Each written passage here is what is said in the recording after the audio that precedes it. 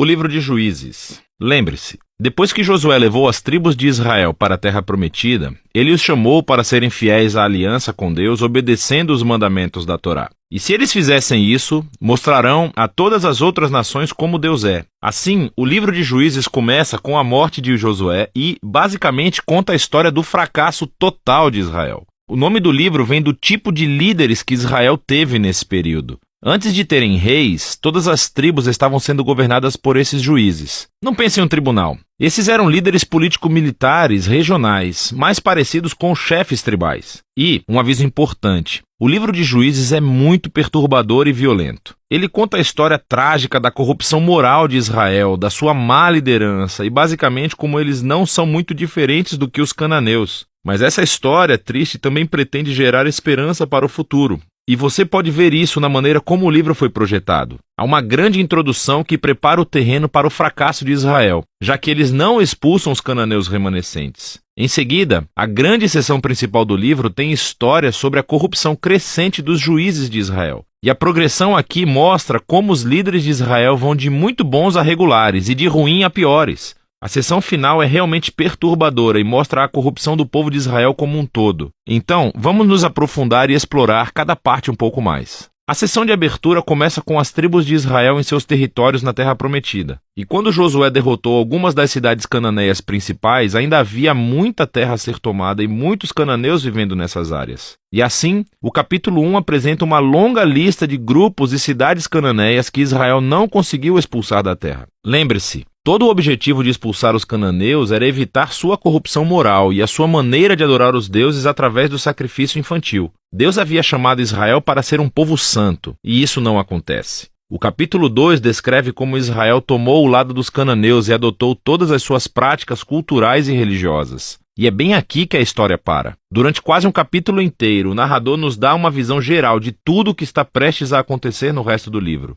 Essa parte da história de Israel, diz o narrador, foi uma série de ciclos se movendo como uma espiral para baixo. Assim, Israel tornava-se como os cananeus e assim pecariam contra Deus. Deus permitiria que eles fossem conquistados e oprimidos pelos cananeus. E por fim, os israelitas veriam o erro de suas escolhas e se arrependeriam. Então, Deus levantaria um libertador, um juiz dentre Israel, que derrotaria o inimigo e traria uma era de paz. Mas, finalmente, Israel pecaria novamente e começaria tudo de novo. Esse ciclo fornece o conceito literário e o fluxo para a próxima seção principal do livro. Ele se repete para cada um dos 6 juízes principais cujas histórias são contadas aqui. As histórias dos 3 primeiros juízes, Otniel, Eude e Débora, são aventuras épicas, mas são também histórias extremamente sangrentas. Ou os próprios juízes, ou as pessoas que ajudam os juízes derrotam seus inimigos e libertam o povo de Israel. As histórias sobre os próximos 3 juízes são mais longas e se concentram nas falhas de caráter dos juízes, que ficam cada vez piores. Gideão começa muito bem.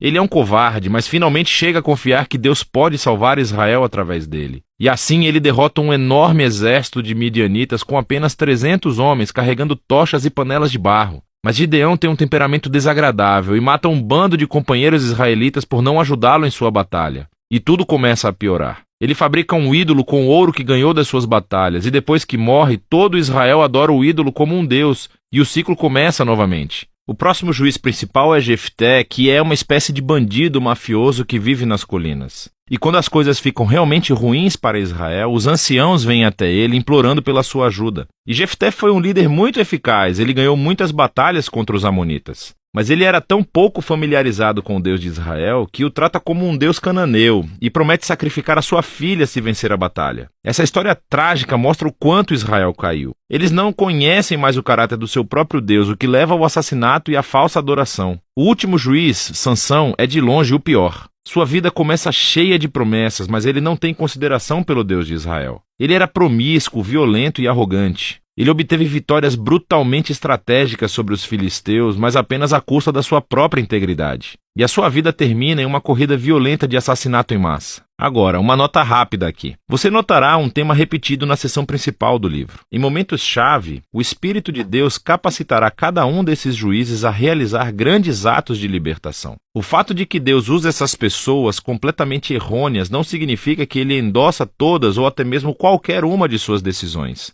Deus está comprometido primeiramente a salvar seu povo. mas tudo que ele tem são esses líderes corruptos e, por isso, trabalha com eles. Essa seção inteira é projetada para mostrar o quão ruim as coisas ficam. Você não consegue nem diferenciar os israelitas dos cananeus. E estamos falando apenas dos líderes. A seção final mostra Israel como um todo chegando ao fundo do poço. Há duas histórias trágicas aqui e elas não são para os fracos de coração. Elas são estruturadas por essa linha, que é repetida 4 vezes no final do livro. Naquela época, Israel não tinha um rei, e todos faziam o que era certo aos seus próprios olhos. A primeira história é sobre um israelita chamado Miqueias, que constrói um templo privado para um ídolo. E ele é saqueado por um exército particular enviado da tribo de Dan. Então, eles vêm e roubam tudo. E eles queimam a cidade pacífica de Laís e assassinam todos os seus habitantes. É uma história horripilante. Quando Israel se esquece do seu Deus, o poder e a força consertam as coisas. A história final do livro é ainda pior. É uma história chocante de abuso sexual e violência que leva à primeira guerra civil de Israel. É muito perturbador e esse é o objetivo. Essas histórias servem como um aviso. A queda de Israel até a autodestruição é o resultado de se afastar do Deus que os ama e que os salvou da escravidão do Egito. E agora Israel precisa ser libertado de si mesmo. O único vislumbre de esperança nessa história é encontrado nessa linha repetida na última parte do livro. Na verdade, forma a última frase da história: Israel não tem rei. E assim, o palco está montado para que os seguintes livros contem as origens da família do rei Davi, o livro de Ruth, e também as origens do próprio reinado de Israel, o livro de 1 Samuel. Mas a história dos juízes tem valor como uma tragédia. É uma explicação séria da condição humana e, eventualmente, mostra a necessidade da graça de Deus para enviar um rei que resgatará o seu povo. E esse é o livro de Juízes.